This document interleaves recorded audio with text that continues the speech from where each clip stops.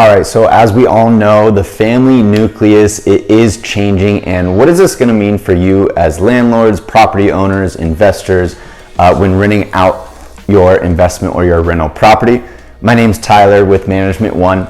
And so one of the first things is again, as we all know, the economy has been changing and it continues to change here in 2022 and moving forward. And so what I want to kind of dive into here is how this family nucleus, when people are renting rental homes, what that looks like and what's the makeup of the family. Is it individuals? Is it couples? Is it families? Or is it multi-generational families?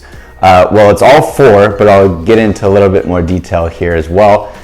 The demand and the supply, meaning the demand of people wanting and needing a home to live in versus how many homes can actually provide that housing, right? We've seen it with real estate prices if you're selling your home, and we're especially experiencing it when renting a property, and rents have just skyrocketed here in the past 2 years.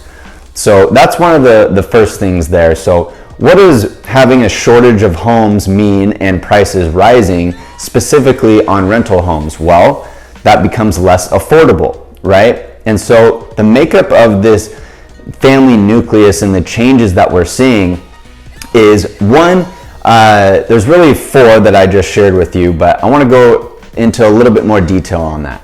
So the makeup of a household, number one, the most common is couples without kids. Okay, that makes up 32% of renters right now.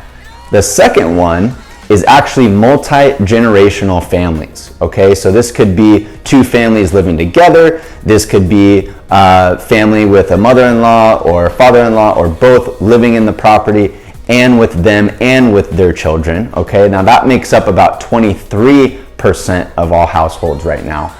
Single person, okay, get this, a single individual makes up actually 29% of the rental market.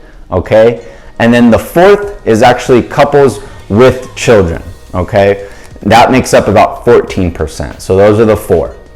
Now, a huge uptake in what we've all experienced here in these past 2 years and moving forward now in the future is that before 2020, the workforce that worked from home was about only 5%. Okay, now in today, 2020 moving forward, is over 60% of the workforce is working from home. So what does this mean? Well, along with growing families, they need a place to work. And when they work from home, they need more space, which means more bedrooms potentially, or just more space in general. And that in turn comes into increasing on rental rates. And that's where you're seeing these household or family nucleuses changing rather than just the standard, okay, you have a mom and dad, or you have two partners, they have 2 or 3 kids, this, that, and the other. So that's what kind of this makeup is, and this is what it's meaning for landlords, is that you need to be aware of this as we do as your property manager. And so in terms of the marketing strategies that we're using in terms of getting the highest and best rental rate with, more importantly, that most quality renter. Now, we don't foresee this going anywhere anytime soon because mortgage rates are going up. Prices are still at an all-time high in terms of if people are wanting to buy a home. And when they can't buy a home for whatever the reason may be, what do? They have to rent. So follow us for more videos. Appreciate you watching this, and we'll see you on the next one.